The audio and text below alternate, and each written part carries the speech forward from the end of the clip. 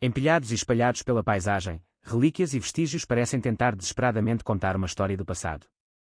Este mesmo rio onde os céus se abriram, onde Jesus esteve e onde a voz de Deus ecoou declarando: "Este é o meu filho amado", é agora o palco para algo extraordinário. O Rio Jordão, outrora um local sagrado da revelação divina, tornou-se mais uma vez o centro de uma descoberta notável e misteriosa. Um estranho e poderoso artefato surgiu, e suas marcas, formato e localização parecem apontar para uma profunda profecia bíblica. Os estudiosos estão surpresos, os líderes religiosos estão soando avisos e os crentes de todo o mundo estão observando com a respiração suspensa.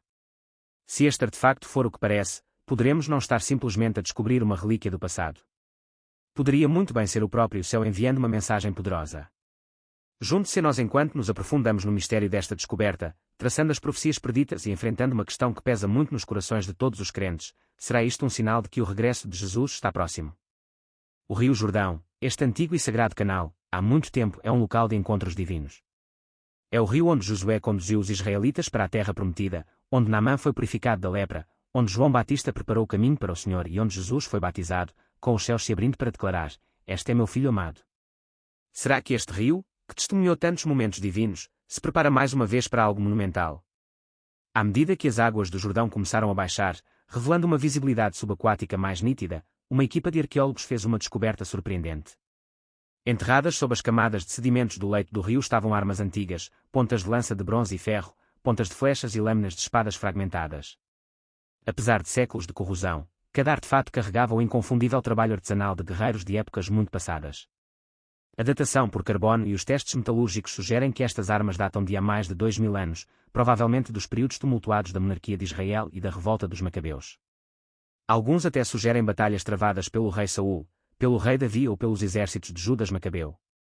A descoberta de tais armas num rio normalmente associado à paz, à cura e à renovação espiritual levantou questões profundas. Por que armas antigas, símbolos de guerra, seriam encontradas num lugar tão conectado com a paz divina? Uma teoria propõe que estas armas foram abandonadas após uma grande batalha, perdida para a história. Outra possibilidade é que tenham sido deliberadamente atirados ao rio como parte de um ato ritualístico, uma oferta de rendição ao Deus de Israel, reconhecendo a sua soberania. Os rios, nas culturas antigas, eram frequentemente vistos como passagens sagradas entre os reinos físico e espiritual, e o Jordão, em particular, sempre foi considerado um local de encontros divinos. Alguns rabinos e teólogos cristãos especularam que estas armas poderiam ter pertencido a guerreiros que, em momentos de intensa fé, entregaram as suas espadas ao poder do céu, reconhecendo que Deus era o seu verdadeiro protetor. Esta descoberta, quer se trate de um capítulo esquecido da história ou de um ato simbólico de devoção, capturou a imaginação tanto de estudiosos como de crentes. Mas as surpresas não terminaram aí. Logo depois que o armamento foi descoberto, a equipe de escavação fez outra descoberta incrível nas profundezas lamacentas do rio. À medida que os mergulhadores limpavam as camadas de lama, descobriram algo que parecia desafiar o próprio tempo. Não eram os restos corroídos de ferro ou bronze antigos, mas algo radiante, algo de imenso valor, um tesouro que permaneceu escondido durante séculos, possivelmente até milénios. O que emergiu das águas turvas foi simplesmente surpreendente.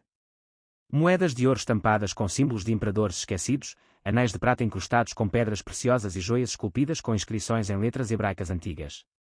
Entre estes itens estavam moedas e emblemas romanos, um testemunho das várias culturas que outrora se chocaram e coexistiram nesta terra. Mas o que verdadeiramente cativou os historiadores não foi apenas a idade ou o talento artístico dos artefactos, mas o seu simbolismo mais profundo. Várias peças apresentavam símbolos judaicos icônicos, como menorá, pombas e ramos de oliveira, enquanto outras traziam representações romanas de deuses e selos imperiais. Esses itens sugeriam uma época em que a fé, o poder e a resistência estavam em tensão e as identidades culturais colidiam. Mas por que estes tesouros estariam escondidos sob as águas sagradas do Jordão? Este tesouro foi enterrado durante um cerco, talvez por sacerdotes ou aldeões que fugiram do conflito. Ou poderia ter sido colocado deliberadamente perto do rio como uma ofrenda, um gesto de reverência espiritual. Alguns estudiosos especulam que estes itens poderiam ter feito parte do tesouro do templo, escondidos antes de uma invasão, enquanto outros acreditam que representam a riqueza privada daqueles que procuraram refúgio perto do rio durante períodos de agitação. Seja qual for o caso, estes tesouros são muito mais do que meros artefactos, são testemunhas silenciosas de vidas vividas à sombra da fé, do medo e da esperança. E o seu súbito reaparecimento, à medida que o Jordão recua, parece quase como uma mensagem divina a revelar-se.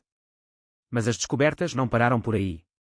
Justamente quando parecia que o Rio Jordão não tinha mais segredos para revelar, outro estranho fenômeno chamou a atenção dos pesquisadores. Não era um objeto enterrado no leito do rio ou escondido sob camadas de lama, era algo vivo, algo que parecia quase sobrenatural.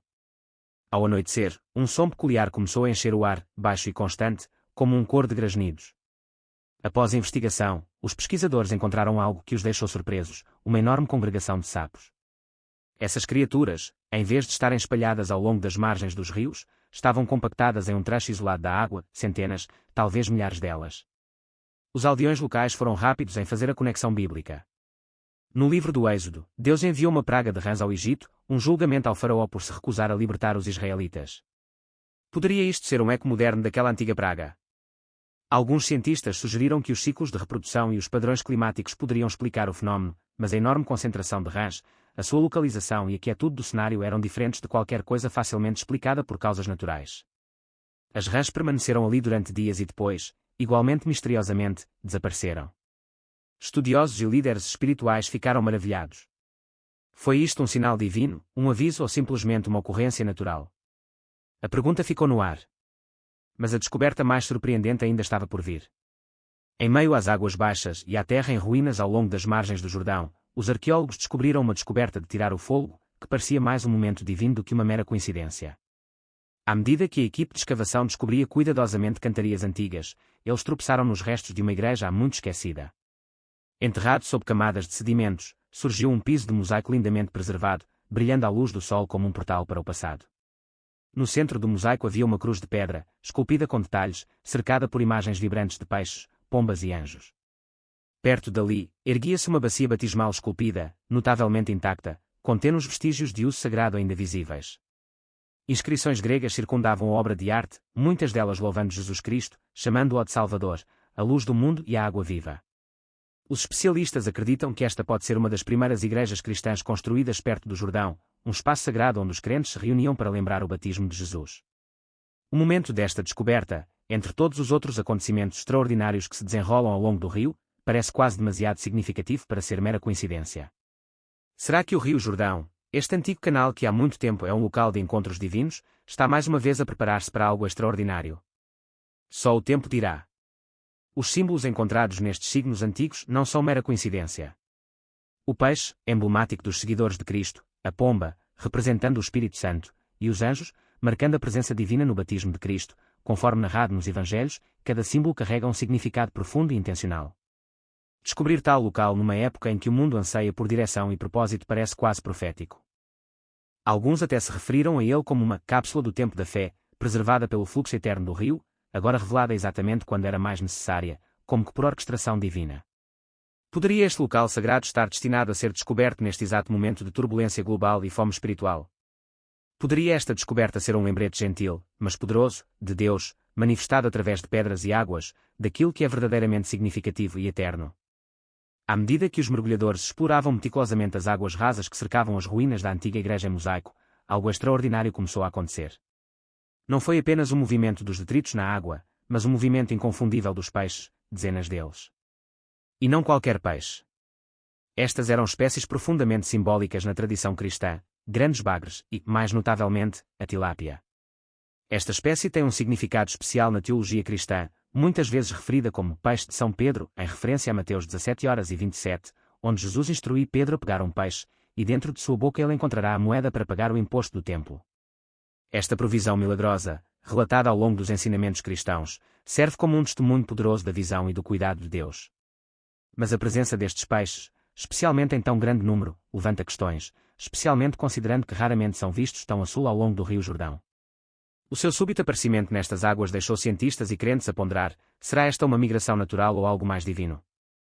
Poderia a sua presença ser uma mensagem profética, lembrando-nos não apenas de um milagre histórico, mas também de um chamado espiritual mais profundo?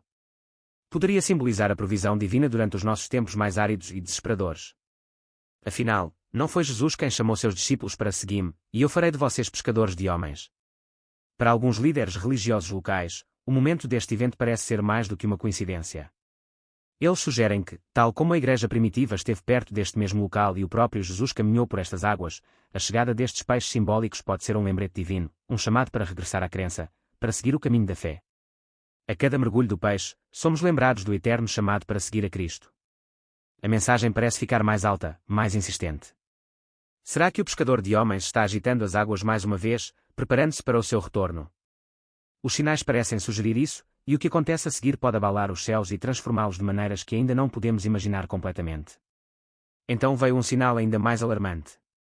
Após vários dias de tensão crescente, nuvens escuras acumularam-se sobre o Vale do Jordão. Os moradores locais relataram um peso estranho no ar, uma quietude perturbadora, de natureza quase elétrica. De repente, dessas nuvens sinistras veio uma chuva diferente de qualquer outra na memória viva. Era vermelho, espesso, opaco, como se o próprio céu estivesse chorando sangue. As pessoas lutaram para se abrigar enquanto a chuva caía, manchando roupas, telhados e caminhos de pedra. Os cientistas rapidamente rotularam o fenômeno como chuva de sangue, um evento raro normalmente causado por partículas de poeira transportadas pelo ar misturadas com a umidade atmosférica. No entanto, esta chuva foi diferente. A poeira parecia fina demais, o tom vermelho muito profundo. Amostras ambientais revelaram uma composição rica em ferro, mas também compostos orgânicos que desafiavam uma explicação fácil. Era como se os céus não estivessem apenas se agitando, eles estavam enviando uma mensagem. Quando a chuva cessou, algo ainda mais desconcertante aconteceu. O Rio Jordão, que já lutava contra as pressões da seca e dos danos ambientais, começou a mudar. Seções inteiras do rio ficaram vermelhas. Fotografias e vídeos inundaram as redes sociais, mostrando as águas outrora sagradas, tão fundamentais para os batismos e as bênçãos, agora transformadas numa cena que parecia sinistra, um aviso visual. As autoridades locais lutaram por respostas: depósitos de ferro, florescimento de algas vermelhas, escoamento químico. Mas nenhuma explicação definitiva foi encontrada. A mudança foi demasiado súbita, demasiado focalizada e demasiado simbólica para ser descartada como uma mera anomalia ambiental. Para aqueles que mantêm fé, os paralelos com a história bíblica eram impossíveis de ignorar. Em Êxodo 7:20, Moisés atingiu o Nilo, e ele se transformou em sangue, a primeira das 10 pragas destinadas a despertar um faraó complacente e o povo do Egito. Em Apocalipse 16:4, lemos sobre um tempo em que os rios e fontes de água se transformarão em sangue como parte dos julgamentos finais. Poderia o Rio Jordão, o mesmo rio onde Jesus foi batizado, estar agora ecoando o mesmo padrão divino? Será isto um pronúncio de julgamento, não apenas para punir, mas para despertar um mundo que se tornou espiritualmente letárgico? Os líderes religiosos de todas as denominações uniram-se num grito comum: isto não é coincidência. Esta é a profecia se desenrolando diante de nossos olhos. Quando o rio da misericórdia fica vermelho, não é apenas a natureza lamentando. É Deus chamando o seu povo a retornar a Ele, a renovar a sua fé e a atender às advertências emitidas das formas mais inequívocas. Mas os sinais não pararam por aí. Não muito depois da chuva vermelho-sangue, ocorreu uma ocorrência estranha: sapos começaram a emergir em grande número do rio, espelhando a segunda praga do livro do Êxodo. Em Êxodo 7:20-21, vemos Moisés golpear o Nilo, transformando-o em sangue, causando a morte dos peixes. Então, em Êxodo 8:2-6, Deus envia uma praga de rãs para invadir o Nilo. Essas duas pragas eram advertências claras e divinas, destinadas a despertar uma nação cujo coração havia endurecido. Porque isso é significativo hoje. Se as rãs estão a aparecer de forma não natural em rios como o Jordão, ou se o Eufrates está a ficar vermelho, não se trata apenas de uma anomalia biológica. Pode ser um reflexo espiritual do chamado de Deus. Muitos crentes e estudiosos da Bíblia interpretam estes acontecimentos como uma forma de Deus exortar ao arrependimento e ao regresso à fé, tal como fez nos dias do Egito. Os sinais podem não ser idênticos às pragas do Egito, mas são profundamente simbólicos. Estes sinais poderiam ser ecos proféticos, enviados não para incutir medo, mas para despertar um mundo que se afastou da verdade. E no Apocalipse aparecem sinais semelhantes, mas de formas ainda mais terríveis, como parte do julgamento final. Se estes sinais estão reaparecendo agora, o que Deus está tentando nos dizer? A Bíblia é clara: Deus sempre avisa o seu povo antes de agir. Uma oração para os cristãos: Pai Celestial, você é o Deus que abriu o mar e acalmou a tempestade. Você abriu os céus sobre o Rio Jordão, declarando seu Filho, Jesus, como o Cordeiro amado que tira os pecados do mundo. Agora, Senhor, você está falando mais uma vez. Através dos rios que ficam vermelhos, através dos sapos que sobem da terra, através de tesouros antigos e símbolos sagrados, vocês estão chamando o seu povo de volta, não com ira, mas com misericórdia, não com condenação, mas com compaixão. Pai, chegamos diante de você com admiração. Fortaleça-nos quando estivermos cansados. Desperte nossos espíritos quando cairmos na complacência. Proteja-nos do medo e ancore-nos na verdade. Reconheçamos a sua mão nestes sinais, não como coincidências, mas como lembretes divinos. Que não sejamos como Faraó, cujo coração endureceu. Que não sejamos como as pessoas da época de Noé, distraídas e despreparadas. Em vez disso, faça-nos como as virgens sábias, prontas para o retorno do noivo. Arrependemo-nos dos nossos pecados, das nossas distrações, da nossa indiferença. Pedimos um novo derramamento do seu Espírito. Reviva-nos, reabasteça-nos e restaure-nos, para que possamos brilhar a sua luz na escuridão crescente. Prepare sua noiva, Senhor. Que possamos ser santos como você é santo. Que ansiemos pelo seu retorno e caminhemos com fé, sem medo, até que os céus se abram e você retorne em glória. No poderoso e incomparável nome de Jesus Cristo, amém. Os sinais são inegáveis. O rio Jordão está secando. O Eufrates está recuando. As águas que outrora deram vida estão a recuar, revelando mistérios antigos há muito enterrados sob a lama e a pedra, ossos, ruínas, símbolos e sinais, todos subindo juntos, revelando a mensagem final de Deus.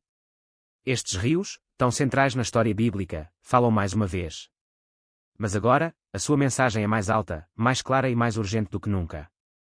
O que antes era metafórico agora está se tornando tangível, à medida que o mundo natural se alinha com o sobrenatural.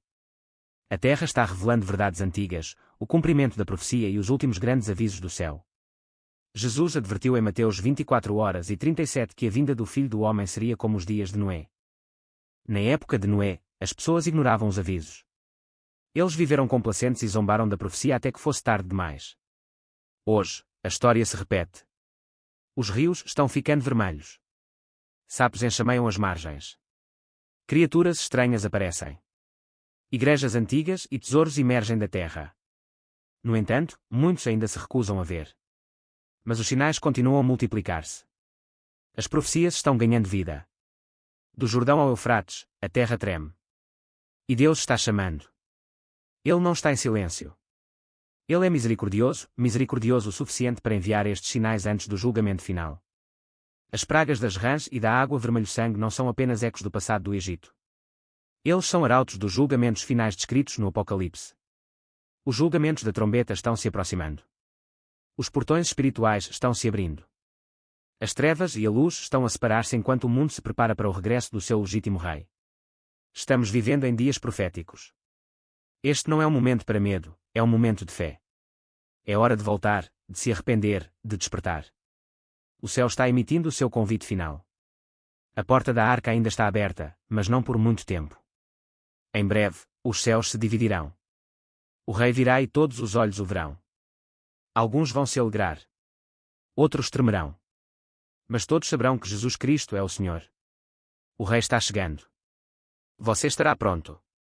Estes acontecimentos não são anomalias isoladas, eles ecoam as verdades profundas encontradas nas Escrituras Sagradas, sinais, símbolos e advertências que ressoam através do tempo. Estamos vivendo um momento único na história, onde a profecia não é mais uma mera previsão do futuro, mas sim se revela como a nossa realidade presente. O que foi predito pela Bíblia há milhares de anos está agora manifestando-se visivelmente diante dos nossos olhos. Tomemos, por exemplo, o Rio Jordão, um rio que uma vez se dividiu para permitir que o povo de Deus atravessasse para a Terra Prometida. Hoje, está a separar-se mais uma vez, mas desta vez, com uma missão nova e significativa. Está a revelar a verdade, a mexer os corações e a despertar as nações para os sinais dos tempos. Este rio sagrado é muito mais do que apenas uma característica geográfica, é um lembrete divino, um despertador profético que clama no deserto do nosso mundo distraído. É como um GPS espiritual, realinhando o nosso foco de volta à aliança de Deus, chamando-nos a regressar à sua palavra e exortando-nos a olhar em frente com antecipação para o cumprimento das suas promessas. O Jordão está nos convidando a lembrar quem é Deus, para recalibrar nossas vidas em alinhamento com seu reino eterno. Deus não está em silêncio nestes tempos. Sua voz está ressoando no trovão. Sua assinatura é visível na chuva. Suas advertências estão gravadas em pedra, escritas em águas cor de sangue e sussurradas pela terra trêmula sob nossos pés. Ele está falando não apenas através da natureza, mas através de sinais, através das Escrituras Sagradas e através das próprias águas do Jordão. A verdadeira questão não é se Deus está falando, é se estamos realmente ouvindo. Estamos acordados. Estamos preparados para o que está por vir. A evidência está ao nosso redor. Não está mais confinado a textos antigos, está fluindo em rios, caindo dos céus e subindo da terra abaixo de nós. A escolha agora está diante de nós: continuaremos caminhando pela vida como se nada estivesse acontecendo, ou abriremos nossos corações ao chamado de Deus e responderemos antes que seja tarde demais. O conceito de Deus como a Trindade, Pai, Filho e Espírito Santo, é um dos mistérios mais profundos da fé cristã. Embora toda a profundidade da Trindade possa permanecer além da compreensão humana, nós a aceitamos pela fé porque ela é ensinada claramente na Bíblia. A Bíblia afirma que existe um Deus, Deuteronômio 6:4, 1 Coríntios 8:6, e ainda assim, este Deus existe eternamente em três pessoas distintas, o Pai, o Filho e o Espírito Santo, Mateus 28:19, Lucas 3:21-22, 2 Coríntios 13:14. Cada pessoa da Trindade é coigual e coeterna, nenhuma é superior à outra, João 1:2. Eles compartilham a mesma essência, a mesma natureza. Como o credo atanasiano afirma de forma tão poderosa, nesta Trindade, ninguém é antes ou depois, maior ou menor que o outro, mas todas as três pessoas são coeternas e coiguais em sua essência. Esta verdade profunda chama-nos a adorar o Deus triuno em unidade, reconhecendo o Deus único em três pessoas. Com esse fundamento estabelecido, vamos nos aprofundar na compreensão de Deus, o Pai, a primeira pessoa da Trindade. Deus, o Pai, é infinito e pessoal. Ele é Espírito, João 4:24, e foi identificado como Pai desde a eternidade passada, tanto para seu Filho como para seu povo escolhido, João 3:16-17, Êxodo 4:22-23, 1 Coríntios 1:3. Deus, o Pai, transcende os conceitos humanos de gênero, ele não é homem nem mulher, mas as Escrituras muitas vezes o retratam com pronomes masculinos. Isto transmite sua profunda conexão parental com seu povo, bem como seu papel como Deus autoritário sobre toda a criação. As Escrituras ocasionalmente usam imagens femininas para descrever Deus, o Pai, ilustrando seu terno cuidado e compaixão por seu povo, Isaías 66:13, Mateus 23:37. Embora Deus, o Pai, não seja inferior ao Filho ou ao Espírito Santo em essência, ele detém a liderança funcional dentro da Trindade. É o Pai quem dirige a vontade do Filho e do Espírito, com tanto o Filho como o Espírito submetendo-se voluntariamente a ele em seus papéis para cumprir o plano de Deus, João 14:24-26. Deus, o Filho, eternamente gerado pelo Pai, é enviado somente por ele, João 17, e Deus, o Espírito, procede do Pai por meio do Filho, João 15:26. Nesta relação divina, Deus Pai é a origem de todos os atos de Deus. Ele criou os céus e a terra, Gênesis 1:2, fazendo isso através do Filho e pelo poder do Espírito, Gênesis 1:2, Colossenses 1:16. O Pai é a fonte de todas as ações divinas, incluindo eleição, chamado, salvação, santificação e glorificação. Romanos 11:36 declara, porque dele, por meio dele e para ele são todas as coisas. A ele seja a glória para sempre. Amém. ESV. Jesus, através de sua vida e ministério, revelou aos seus seguidores a natureza de Deus Pai. Os Evangelhos fornecem a imagem mais clara do amor e cuidado do Pai pelos seus filhos. Aprendemos que Deus é um Pai amoroso que deseja profundamente ouvir seus filhos, João 16:27, que é a fonte de salvação para todos os que vêm através de Jesus, João 14:06, e cuja vontade deve ser buscada, João 6:38. A Bíblia pinta Deus como um Pai que é perfeito em amor, ao contrário dos pais humanos que podem falhar conosco, o amor do nosso Pai Celestial é inabalável e perfeito. O próprio Jesus nos ensinou a nos dirigirmos a Deus como nosso Pai, e ele compartilhou uma unidade eterna e misteriosa com o Filho e o Espírito como uma divindade divina. Esta unidade faz de Deus a fonte de toda a criação. Os adventistas do sétimo dia afirmam o ensino da Bíblia sobre Deus. Ele é o Pai onisciente, todo-poderoso e benevolente, o Criador, a fonte, o sustentador e o soberano de toda a criação.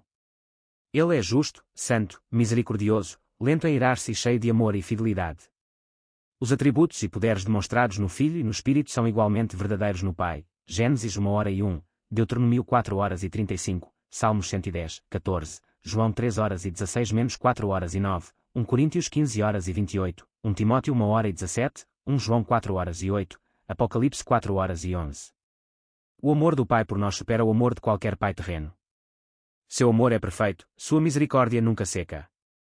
Ele é o Pai dos órfãos, sempre presente para aqueles que não têm pais terrenos ou que sofreram feridas. Seu amor é puro e sem falhas, Salmo 68:5, 1 João 4:18.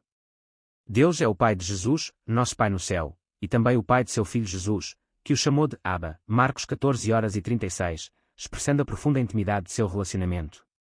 Deus, o Criador e sustentador de toda a vida, projetou a humanidade para se relacionar com Ele, da mesma forma que um pai se relaciona com um filho.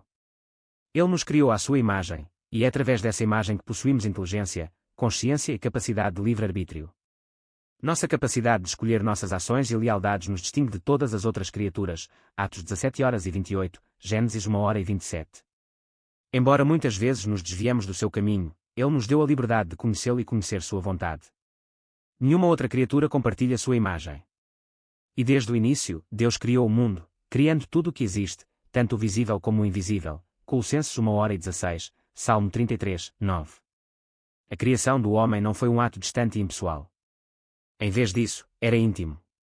Deus se ajoelhou e soprou o fôlego de vida nas narinas de Adão, formando um ser vivo à sua imagem, com a intenção amorosa de caminhar em relacionamento com ele. Tal como a antiga cidade de Petra, transformada sob o reino nabateu num movimentado centro comercial, o amor e a criação de Deus revelam uma ligação profunda e duradoura que transcende o tempo.